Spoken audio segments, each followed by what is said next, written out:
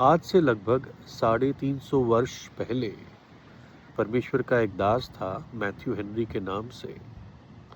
और उनकी एक बहुत famous Matthews Henry commentary on the whole Bible आज भी मशहूर है, कई लोग पढ़ते हैं, रेफरेंस के लिए इस्तेमाल करते हैं कि इस आयत के लिए इस भाई ने क्या बोला था। मैथ्यू हेनरी, उनका बॉयकॉट हुआ था क्योंकि वो बड़े विश्वास के व्यक्ति थे, वचन को फॉलो करते थे। इंग्लैंड में बॉयकॉट हुआ था, जो कहने के लिए ईसाई देश माना जाता था।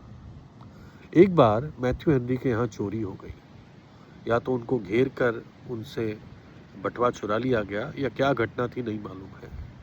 लेकिन वो कहते हैं, मैं परमेश्वर का धन्यवाद देता हूँ। पहला तो इससे पहले मुझसे किसी ने नहीं चुराया, दूसरा उन्होंने सिर्फ मेरा बटवा लिया, मेरी जान नहीं ली, तीसरा जो भी उन्होंने चुराया वो थोड़ा ही था, और चौथा मुझसे चुराया गया लेकिन मैं चोर नहीं था। इन सारी बातों के लिए मैं परमेश्वर का धन्यवाद करता हूँ। परमेश्वर का दास भजन 119 में कहता है, दुष्टों की मंडली ने मुझे घेर लिया और मुझसे चुरा लिया, लेकिन मैं फिर भी तेरी व्यवस्था को नहीं भूला। शुरुआत की मनुष्य जाति जिसको परमेश्वर का ज्ञान था, तब लिखित वचन नहीं था, मौखिक वचन एक पीढ़ी से दूसरी पीढ़ी को दिया जाता था। सृष्टि के द्वारा, तारों के द्वारा परमेश्वर ने अपना ज्ञान मनुष्य को सिखाया था।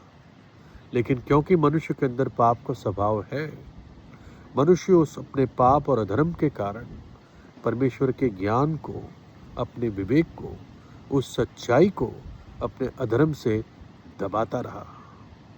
और फिर क्योंकि मनुष्य को कोई न कोई आराधना करने के लिए चाहिए, सच्चे परमेश्वर को छोड़कर वो सृष्टि की पूजा करने लगा। अपने हाथों से उसने ईश्वर को बनाया, जबकि परमेश्वर ने हमें अपने हाथों से बनाया, लेकिन मनुष्य अपने हाथों से अपने ईश्वरों को बनाता गया और उसी की पूजा करने लगा, सृष्टि की पूजा करने लगा, और घिनौने कामों में एक के बाद पड़ते गए। पुरुष पुरुष के साथ, स्त्री स्त्री के साथ संबंध करने लगे। ये पतन का एक पूरा चिन्ह था, और इसलिए आज दुनिया इतनी भयंकर है। लेकिन प्रभु यीशु मसीह इसलिए इस जगत में आया ताकि गिरी हुई मनुष्य जाति को बचा ले, पाप के दंड से, नरक से बचा ले। प्रभु यीशु ने हमारे खातिर अपना प्राण क्रूस पर दिया। जो विश्वास करके, पश्चाताप करके यीशु पे विश्वास करेगा, वो नरक के दंड से बच जाएगा।